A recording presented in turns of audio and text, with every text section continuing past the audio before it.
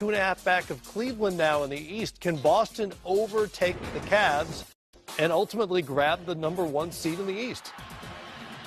Wow, that's a good question. I think they could. I think they could. I don't think they will, but I think they're playing great basketball. The addition of Horford. Thomas is just, at an elite level, is playing as good as any right now.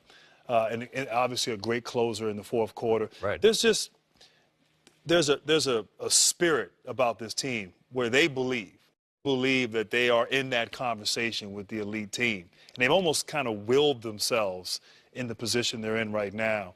I think Cleveland's going through a rough stretch that'll be temporary. Cleveland's just too good. It's a long season.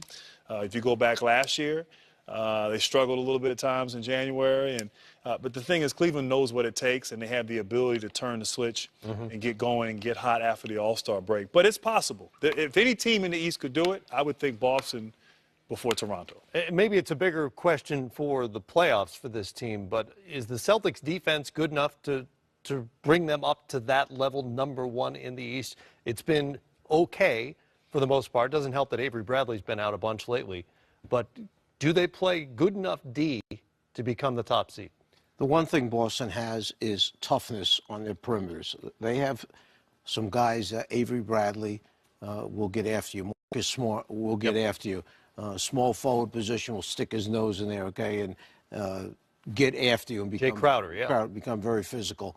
And every time they play Cleveland, it winds up a very physical match. The last game they played, Cleveland jumped out to a substantial lead, but here comes Boston right back again in the fourth quarter by sticking their nose in, by fouling, sending Cleveland to the line. Cleveland was missing their free throws, as they have done all season.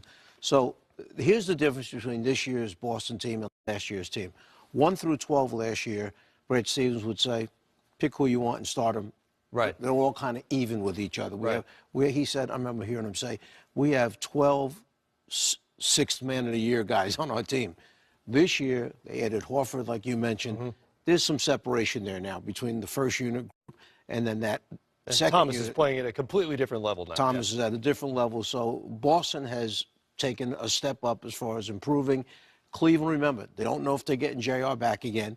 They're in the hunt right now to add a backup point guard and another big body. So if they come into the mix at this All-Star break, how much time is left in the regular season for Cleveland to integrate these pieces that are coming in and get back in full swing?